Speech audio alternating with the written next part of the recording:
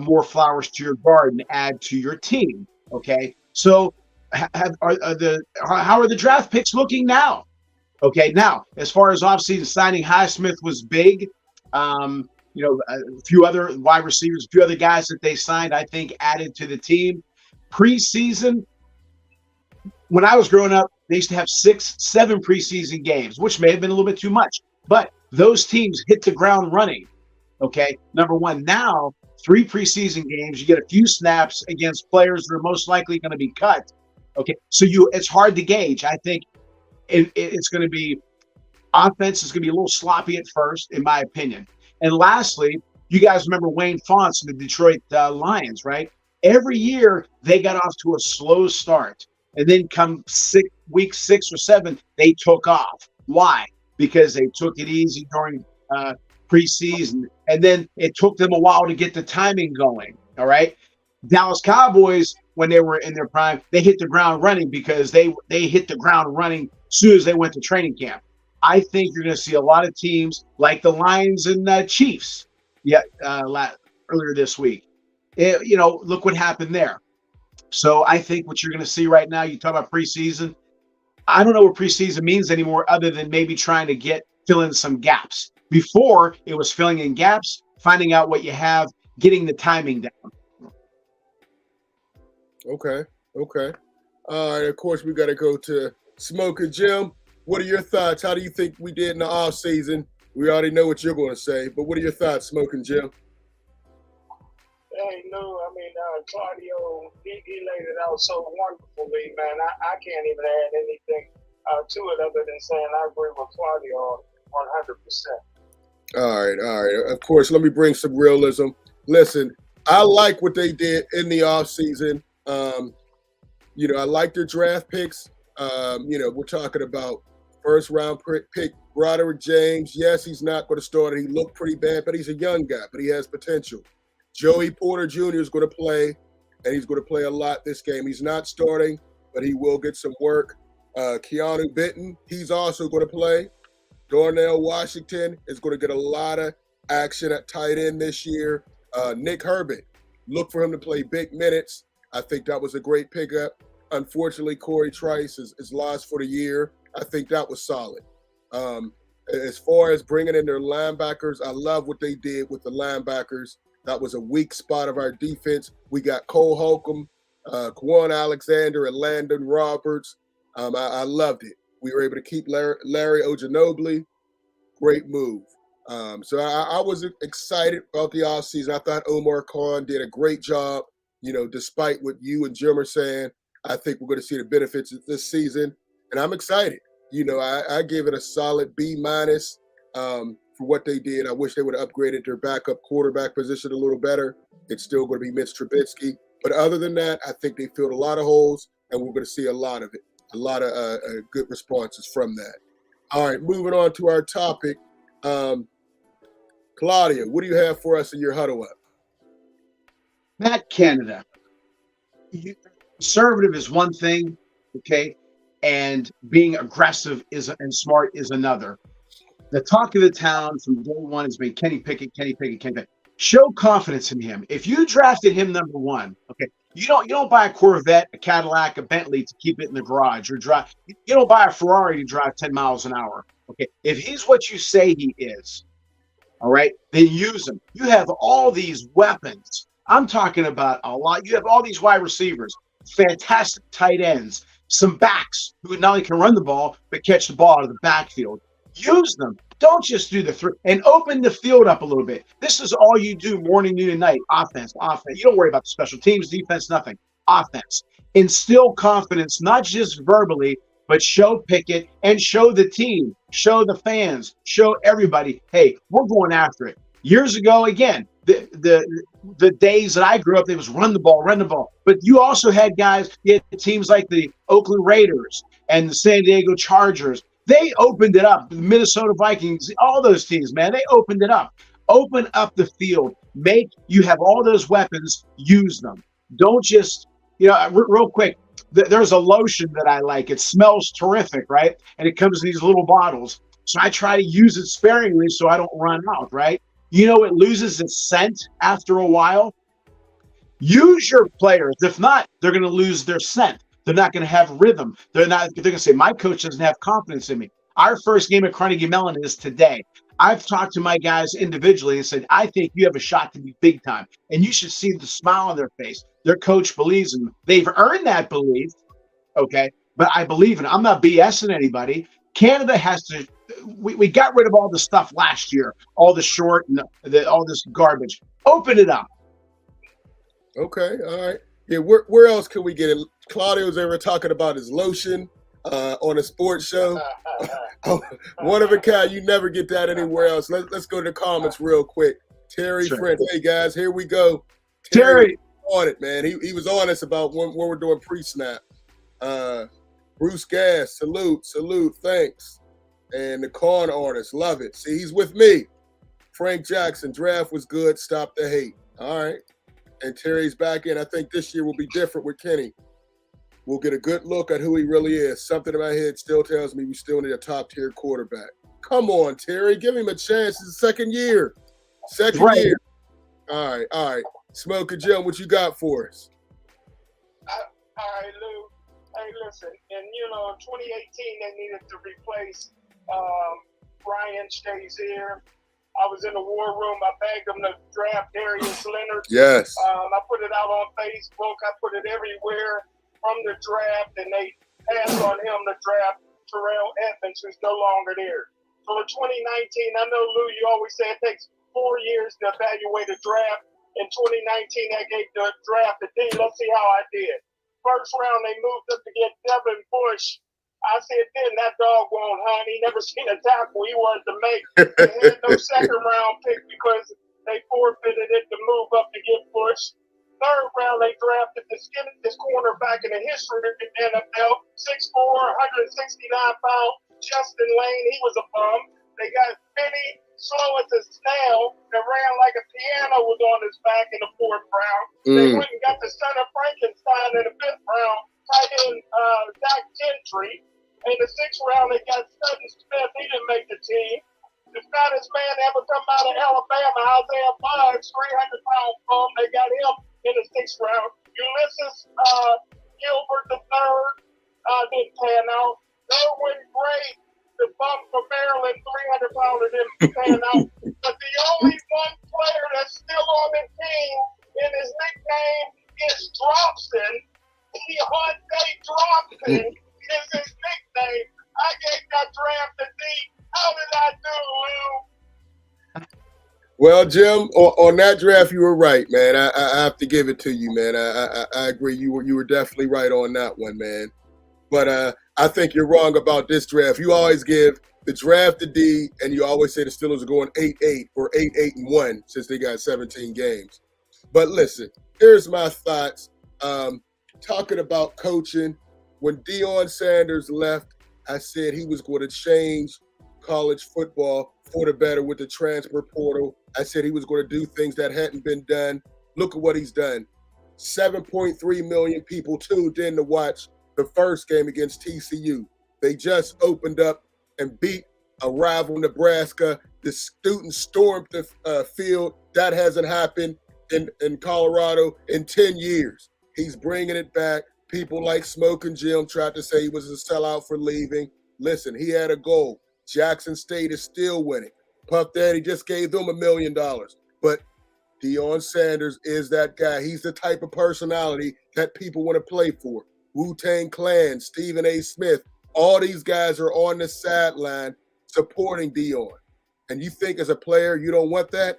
You're going to get all the notoriety. You're going to get coached by the best. You're going to get coached by a Hall of Famer. Deion has that personality, and college football should look out. He's doing all this after 1 year. Wait till he gets a full off season and people see what he really can do. Shedeur Sanders is the real deal. I'm excited about it, and I think he's going to continue to tear up the league. As I said earlier, I said they could win 7 or 8 games. I may have to increase that after seeing how poor Oregon looked and Utah. Maybe he can win, 9 or 10 games. But I'm still going to stick by my 8 games because I think injuries happen, and I'm not sure if they have enough depth to last certain injuries. But Sanders, Hunter. They have playmakers all over the field. I said it was going to be a success. I'm winning money. Smokin Jim told me, to start putting my money where my mouth is, and I've done it, and I'm successful, just like Coach Prime is successful anywhere he goes. Don't put your money anywhere else. So I'm loving it. I said it was going to be a success. And coaches like Deion Sanders and Mike Tomlin, you got to give these guys a chance because they're players, coaches. They know the game. They understand the game. Let them coach. And we'll talk more about Mike Tomlin, who you guys don't like either. But we'll get into that. Hey, Luther. Yeah. Hey, Luther. Yes, Jim. I was on record to saying if you don't win the national championship, it'll be a disappointing year. That's how much faith I had. The only thing I want to say now, and Deion's still a sellout. Only thing He's not a sellout. How's he a sellout, Jim? Just let me finish. Only thing I say now, I wish there was two Deion Sanders. That's how special he is because I think he could have done some great things at Jackson State. I'm not going to bash him for going to Colorado because he said the good Lord told him to go there. The guy's just dynamic. Other than Muhammad Ali and Dr. Martin Luther King, I've never seen a guy with that kind of magnetic personality and that kind of ability. And we know Coach Tomlin don't have that kind of personality. So don't even put Coach Tomlin in the same sentence with prime time Deion Sanders. No, listen, here you always got to take it overboard. Now you said Martin Luther King. Come on, Jim. Now you taking it too far. And Jim, there are two Deion Sanders. His son is Deion Sanders Jr. What? Hey, Luther, last week, Deion Tomlin had no catches and Boston College got upset by I think Theo Collins beat him last week. Hey, look here, brother. But I tell you what, it's a down year for college football. Alabama got beat. So Yeah. I'm telling you, Colorado's getting better each and every week. And as long as Deion Sanders' son is there, Deion will continue to be successful. He's successful because of his boy. All right, yeah, and his coaching, and his assistants, and the players he brought in. He's never coached without his boy. You ain't that number 21. He don't claim, do he? Yeah, he claimed all his sons. Jim, what are you talking about? You don't claim the other one. He claims it. Anyway, Jim, he's a success, and you can't call him a sellout, Jim. You can't call him a sellout. And that's a lie. That's a lie. The man said God told him to move, and he moved. Jackson State is in a better position, so is Colorado. It's a win-win. If Jackson State is dependent on $1 million check, they're going under. That's in addition to what they have. Puff Daddy said he's going to donate $1 million every year for the next 5 years or something. So the donations have increased, Jim. All right, but let's move on. Get back to Steelers. How about the Steelers versus the 49ers defense? Who has the advantage? Let's start off first with Claudio. What do you think? Who has the advantage? Number one, I think the NFL missed out. They should have put this, speaking of prime, they should have put this on prime time, this game, not at 1 o'clock on Sunday. Number two, this was in the middle of the season. It would have been an unbelievable game to watch. But because it's the first game, I still think both offenses are going to be behind time-wise because none of them played a lot, and football is all about timing. So I think the defense is on both sides. We'll get to that in a minute. But I think, for Pittsburgh, I think they're going to have to Harris Warren. If they do well and not put the game and the ball in Pickett's hands to throw, he should throw only 22 to 24 times, maybe throw between 220, 230 yards, not make any turnovers. They cannot put the game in his hands. If he has big numbers, that means that they were behind. There was, he threw for 350 yards. Yeah, but they were down 15, 20 points. Okay. In my opinion, you're going to say I'm ripping on him. Dave Kingman, 70s baseball player. He was home run or strikeout. Splash plays. Pickett is, so far, in my opinion, splash plays. Is he going to be, I know LD, a great caller of our show, so he reminds me of Joe Montana. Joe Montana did it all the time. Okay. He does it in spurts. All right. To me, that's average. That's mediocre. You don't draft number one to be average or mediocre. Again, game plan for the Steelers. You have a lot of weapons, okay? But if Warren and Harris do well, then you can use Pickens. You can use Johnson, Austin, and Robinson. And those tight ends, yes, Freiermuth, but I'm telling you, Washington is my pick for the Steelers Rookie of the Year. You have all these weapons, use them, come up with a good game plan, get 49ers off of pinning their ears back and going after Pickett. You have weapons, use them, mix up the game plan. When you're supposed to throw a left, maybe throw a right. Okay. All right. Smokin Jim, your I'm thoughts? sorry. And I predict Hufanga and Greenlaw are going to have interceptions today. They're Bosa's back. Forgive me, Jim. Bosa's back. Hargrave, Drake Jackson. They got a lot of names on there. They're the number one defense from last year. They're going to make it tough for Pickett, but I predict Hufanga and Greenlaw are going to have interceptions. Sorry, Jim. All right, Jim. That's okay. Hey, I agree with everything Claudio said, except for this should be a primetime game. You can't have a primetime game with a team that hadn't won a playoff game in years and didn't make the playoff last year. It's only primetime in Pittsburgh. Pittsburgh is a very average team, very average offense. The best quarterback in college and the best quarterback in the NFL is Brock Purdy. They the same year. He's head shoulders above Pickett. Hey, listen.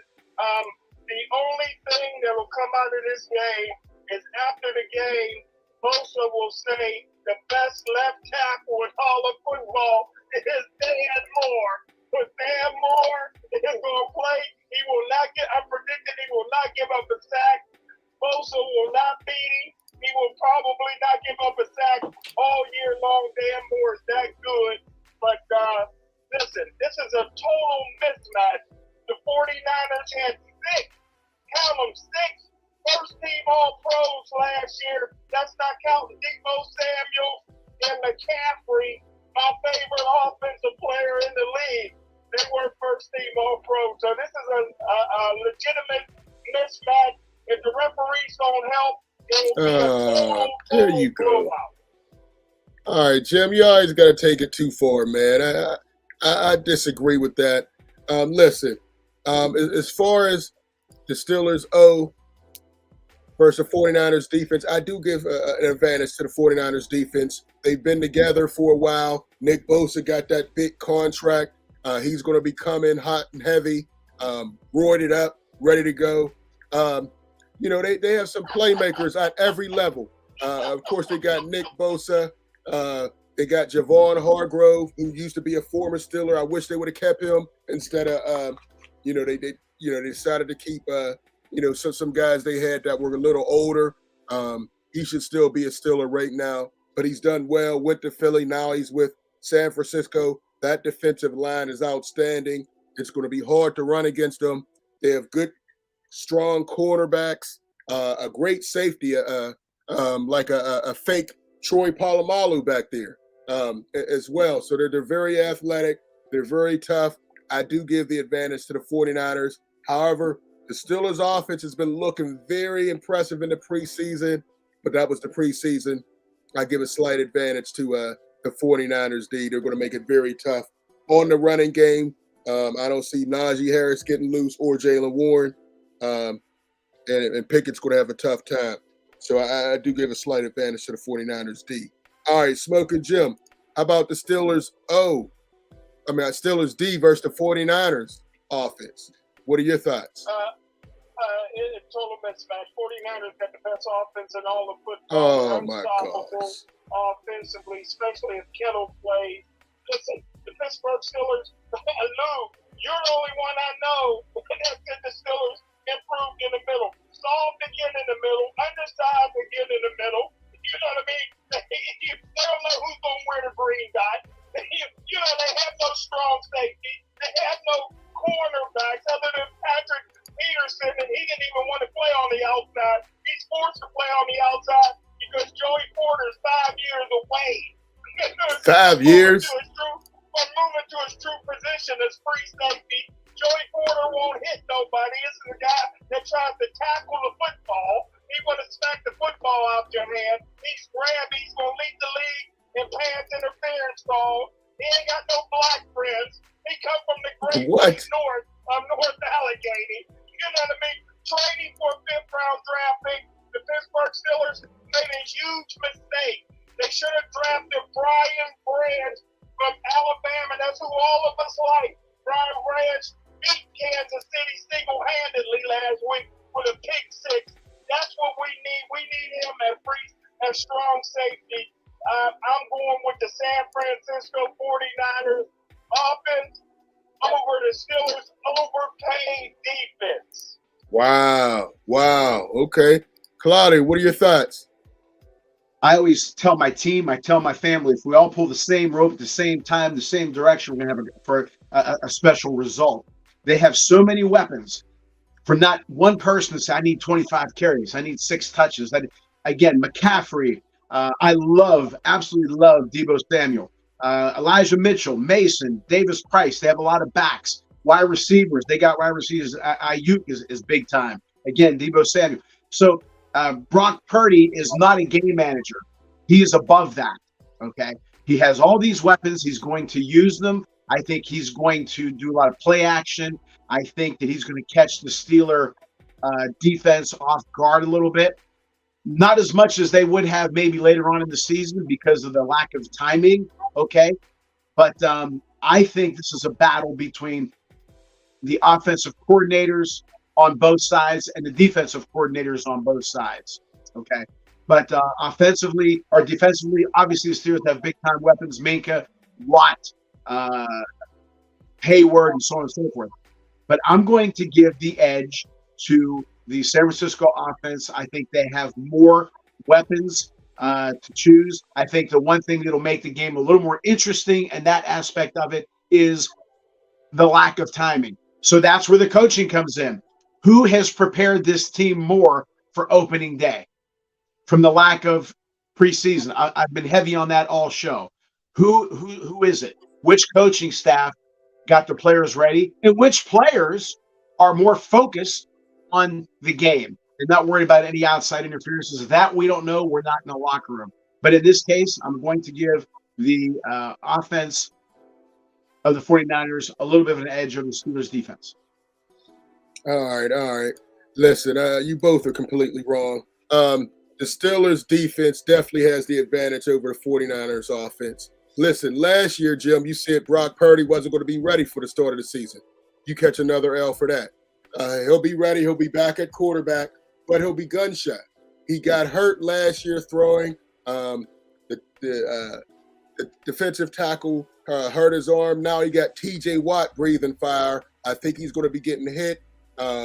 Highsmith and I believe T.J. Watt and Nick Herbig, they're going to make life tough for Purdy. I don't think Christian McCaffrey's going to have a great game. I think he's going to give us some trouble in the passing game. Deebo Samuels will make some plays. But I definitely give the Steelers defense the advantage. The receivers aren't the greatest. Deebo Samuels is a playmaker, yes. Christian McCaffrey is great out of the backfield. Kittle's hurting. He may not play. If he doesn't play, I give the Steelers an extreme advantage. Minka Fitzpatrick is the best safety in the game. T.J. Watt, the best outside linebacker in the game.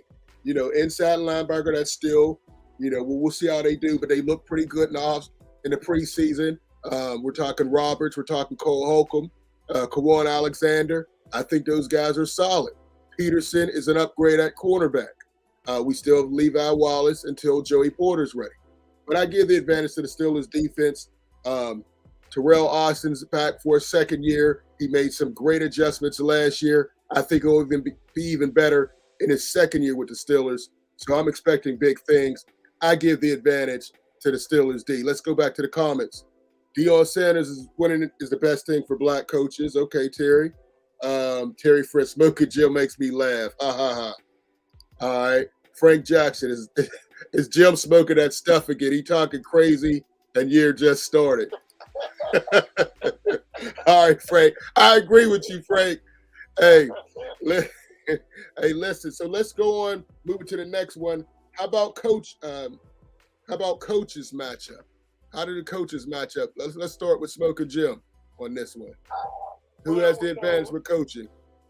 Well, we know Shanahan's a better coach than Coach Tomlin because Shanahan is an offensive guru. I don't know what Coach Tomlin is. You know what I mean? When the defense is doing bad, he don't take no credit when they're doing good. He says him when the offense is doing bad, he don't take no credit. But when they're doing good, he's dancing up. When the special team is thinking, he don't take no credit. I don't know where he's hanging his hat on.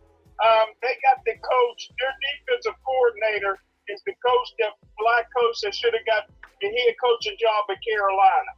I can't think of his name right now. So he's a good defensive coordinator. He turned Carolina around, but didn't get that job there. Wilkes, I think. Wilkes is it? Steve Wilkes. Yeah, yes, sir. He's the defensive coordinator, and I like their quarterback coach and Brian Greasy, long as he ain't still hitting the bottle.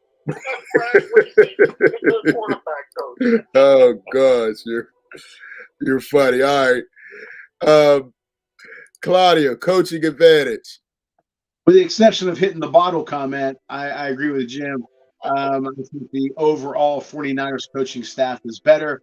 I'm not crazy about the again, I was a young coach myself at one time at age 23, but these guys try to be real cute, real, like geniuses, right? And I'm not that crazy about them. Mike Martz, one of the best offensive play callers in his day. Shanahan reminds me of that. Again, I'll use that word, weapons. He utilizes all those weapons. But I think overall coaching staff, I think the 49ers have an advantage. Okay. All right, coach advantage. I'm going to go against you guys as usual. I think head coach, I think I'd take Mike Tomlin over Kyle Shanahan. I think he's one of the most overrated coaches in the league.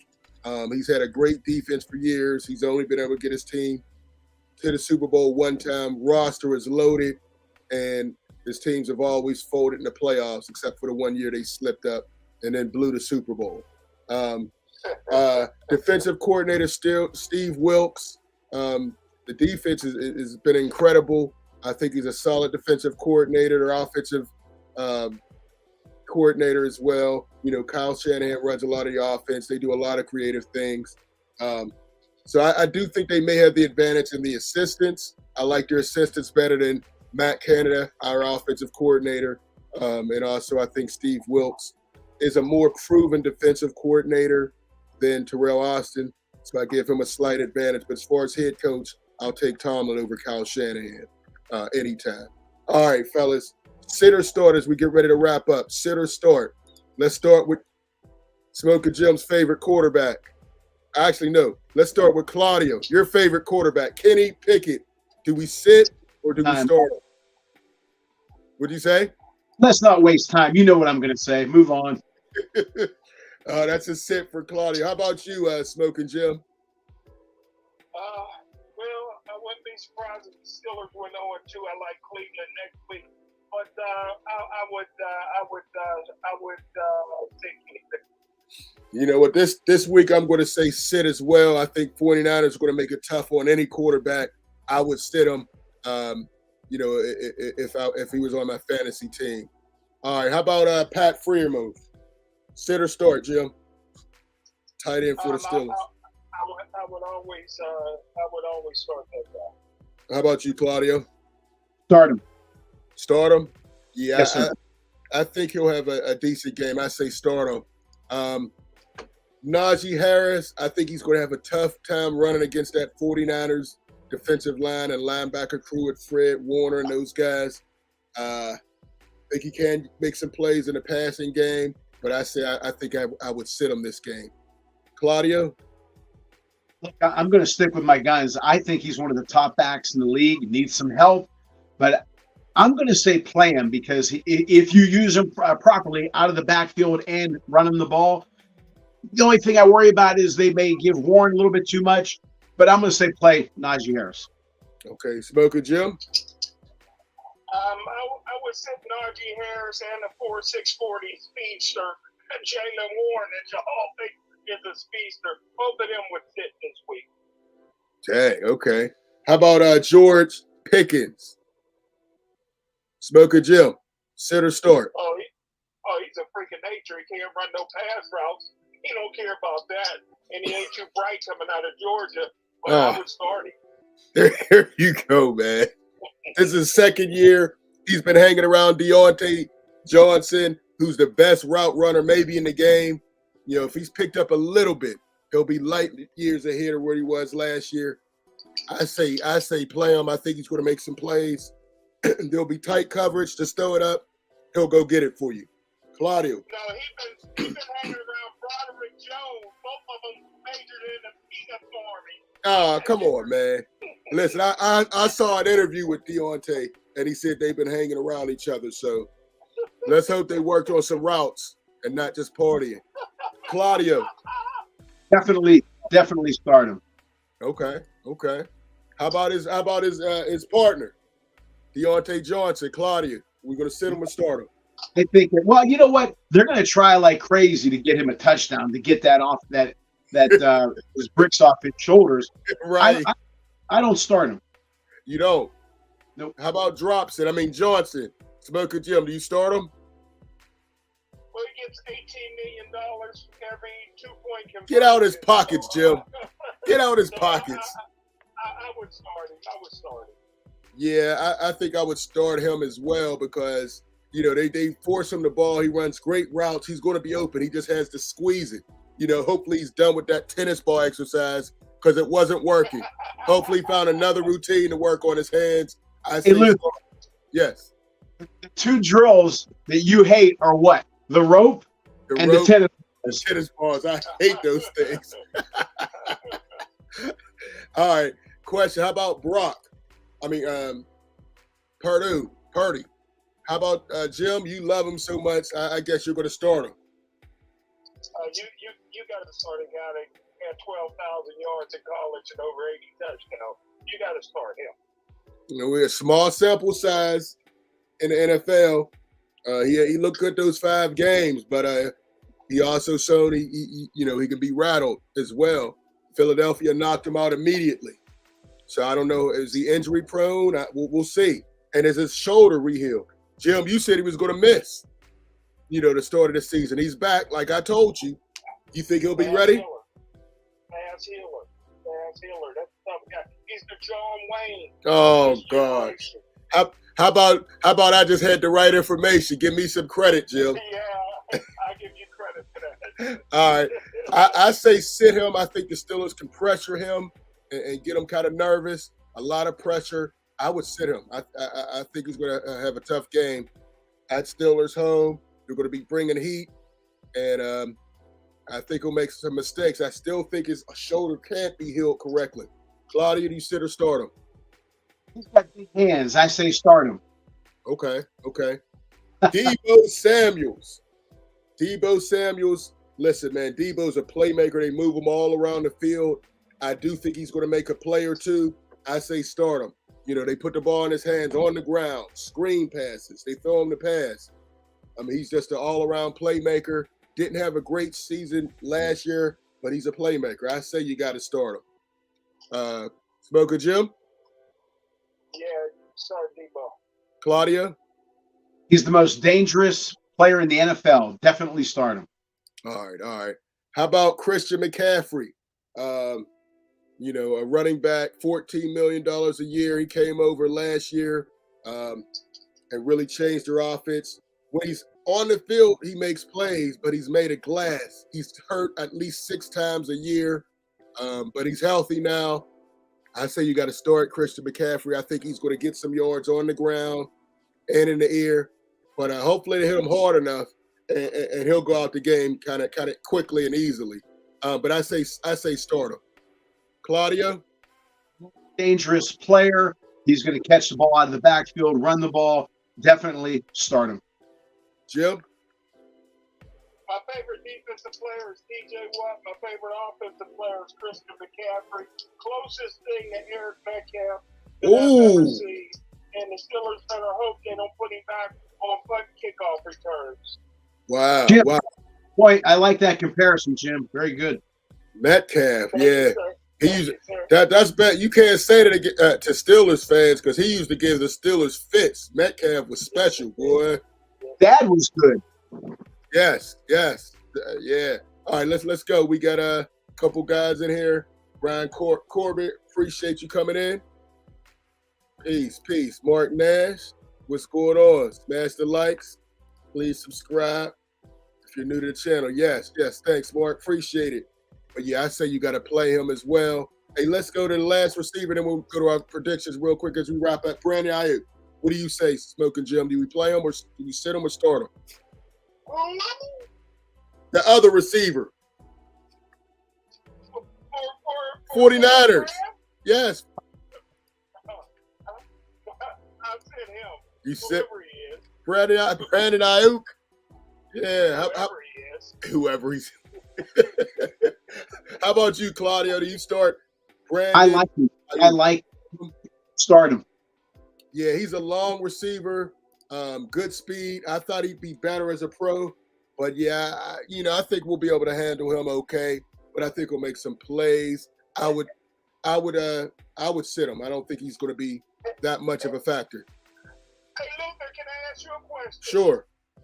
Does the Pro Bowler Dan Moore give up a sack today? Yes or no? I say no. Oh yes, at least one, and he'll probably have about 3 penalties. Hey, Terry French has it 14-10 Niners. Low scoring game. And he brings us to our season prediction and game prediction. So, Smokin Jim, what do you have as our season prediction and game prediction? Well, if Cincinnati didn't mess up the field by running up and down the field at will yesterday, I would say if the turf is somewhat decent, I would say San Francisco 42, Pittsburgh Steelers 13. All right, what's your season prediction, Jim? 8-1. Oh, here you go. I said that. I knew you were going to say that. All right, Jim. Claudio, season prediction, and also, what do you think about the game prediction? 10-7, and I like Terry's score. I know where I'll say this. I know where Terry's coming from. I agree, because I've been saying all day the lack of timing.